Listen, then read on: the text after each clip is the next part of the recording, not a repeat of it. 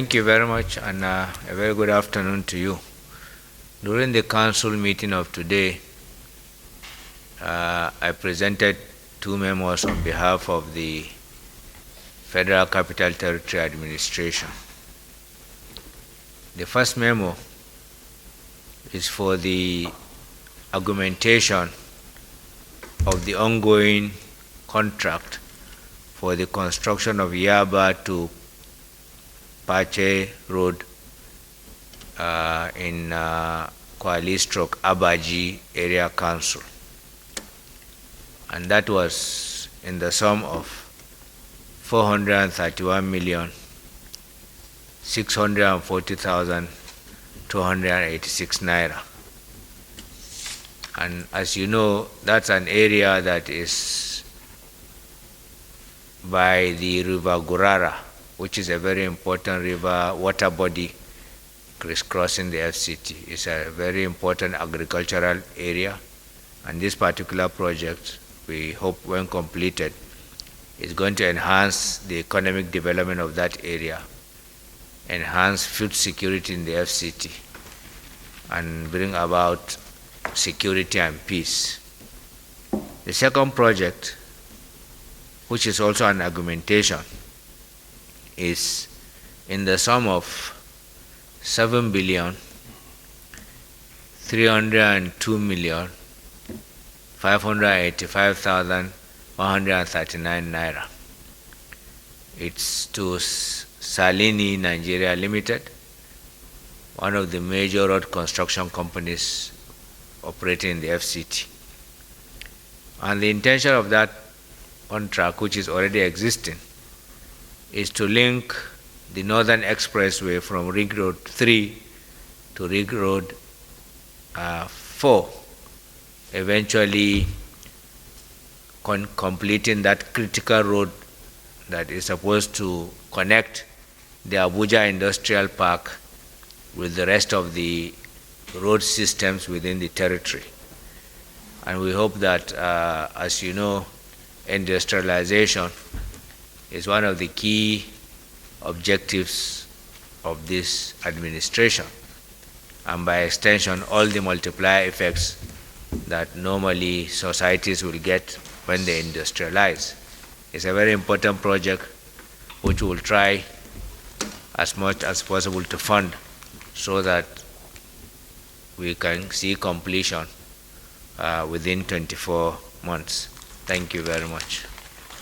Good afternoon, ladies and gentlemen. The Ministry of Works and Housing presented one memorandum for the award of contracts for the construction of two roads, the Yakasai-Badume Damagu-Makinzali Road in Kano, in favor of CCCC for 12.157 billion naira, and the rehabilitation of the Kaduna-Pambegua Jos Road, linking Kaduna and Plateau States, in favor of Cetraco Nigeria Limited for 38.701 billion naira. And the proposals were approved by the Federal Executive Council. Thank you. Who presented two memos? I would want to give you the highlights of the two memos. The first memo was a contract for the expansion of the apron of the Maiduguri Airport. This contract is worth 719,117,868 naira 16 kobo. It was awarded to a company called Global Slim Projects Limited. The expansion of the Maiduguri Airport has become necessary because of the increased traffic at the airport. The apron of an airport is actually that area where aircraft are not just parked, but where maneuvers are made, where they turn and where they park finally. So because of the increased traffic at the Maiduguri Airport, that apron needs to be expanded to avoid aircrafts being packed wing to wing and resulting in accidents. The second contract is a contract was awarded to Zenith General Insurance Company and 19 other insurance companies to ensure assets such as terminal buildings in 22 airports belonging to the Federal Airports Authority of Nigeria. The contract is in the sum of 390,055,687 naira 45 kobo, and both memos were approved by Council today. Thank you very much. Conclusion 16 of Wednesday, 21st October 2020, directed ministers to visit their respective states and interact with their governors and relevant stakeholders to assess the aftermath of the NSAS protests, as well as to convey the President's goodwill message to the government and people of their respective states. Today in Council, we received the report from about 6 ministers representing 6 different states. We have Imo State, represented by the Honorable Minister of State Education, my humble self, representing Zamfara State,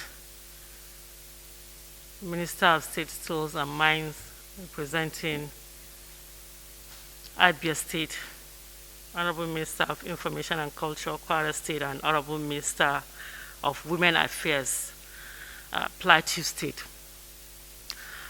Each of us complied with this directive and we visited our states.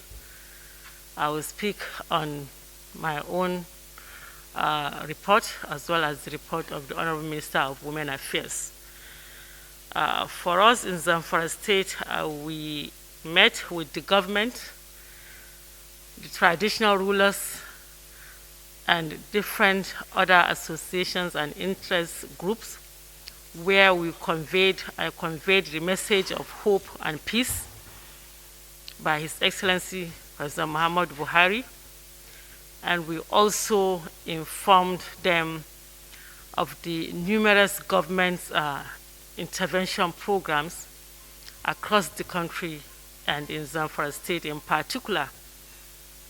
I have the opportunity to tell them what my ministry has been able to do in areas of different social intervention programs that Zamfara State is a beneficiary.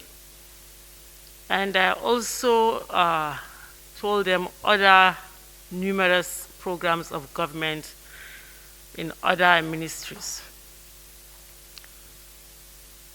They appreciated my coming, and they reiterated their support and loyalty to the government and to President Muhammad Buhari. You may know that Zamfara State did not participate in the NSAS protest,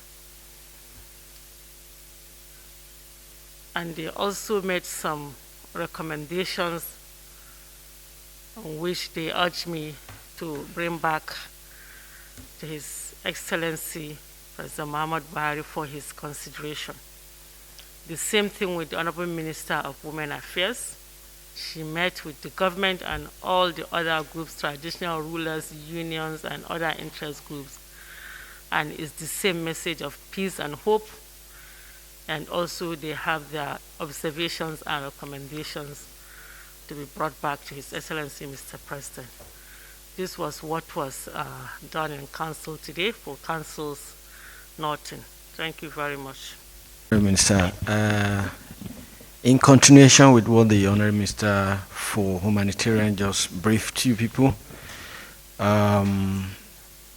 she equally mentioned that I presented my report for my state, Abia State, and Honorable Meka Wajoba presented for Imo State, and we were able to convey Mr. President's message to the people in our various states.